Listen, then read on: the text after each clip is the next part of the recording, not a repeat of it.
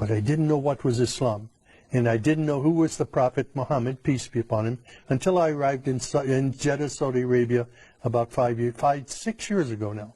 Okay. So, I mean, what was your initial feeling that when you were told you were going to Saudi Arabia, which is known as a Muslim country with Islamic laws, how did you feel about that? Well, you know, I had some nervousness about it, and my friends at the U.S. Naval Academy in Annapolis, Maryland, they said, do you know what you're doing?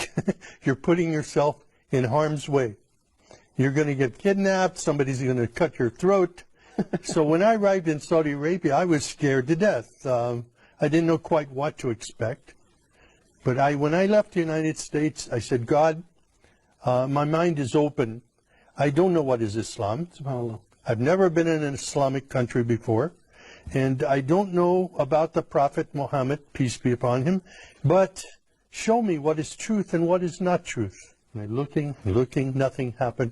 People were coming out of their houses when they saw me, inviting me into their homes for tea and coffee. SubhanAllah, the exact opposite. Incredible. This was not what I expected. Wow. I had been in countries all over the world. I studied in Taiwan, in Russia, and different places, but never in my life have I been in any country that respected me as much as an American and even as a Christian as Saudi Arabia. Wow.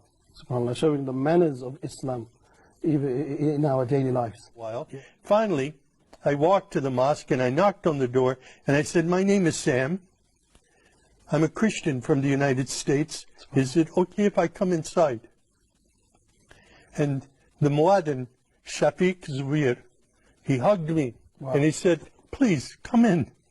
And I sat there for 3 days in the back of the mosque, looking and observing and watching people pray. And then I asked Shafiq, can you teach me to pray like a Muslim? And he taught me the first surah of the Quran, Alhamdulillahi Rabbil Alameen. It was such a blessing. I was memorizing only sounds, but then I would look and I would try to figure out what each sound meant, what each word meant. And as I studied it, I saw Ar-Rahman Ar-Rahim, grace and mercy, forgiveness of sins. Wow. My life was transformed immediately. It was the love of God and the love of the Muslims around me that drew me to Islam. Excellent. And I received a card that I was an official Muslim.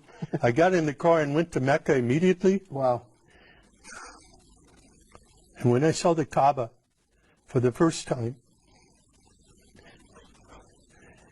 and fell on my knees and my face in prayer, it was there that I was just filled with God's Spirit and understood the love of Islam, the mercy of Islam for people everywhere. SubhanAllah. And when you did go into Mecca and you went into the Kaaba, you mentioned your feelings when you saw the Kaaba itself, but what were your feelings like when you saw people stand for prayer, like thousands of people coming together and following instructions like that? Well, it was invigorating. It was, I was enthused in my faith. I was confirmed in my faith by prayer at that time. And it was the first time for me to kneel and pray with other Muslims. It was a great experience. And Christians need to understand what is truly Islam. I was totally misled by what I saw in news reports in the West before I came to Saudi Arabia.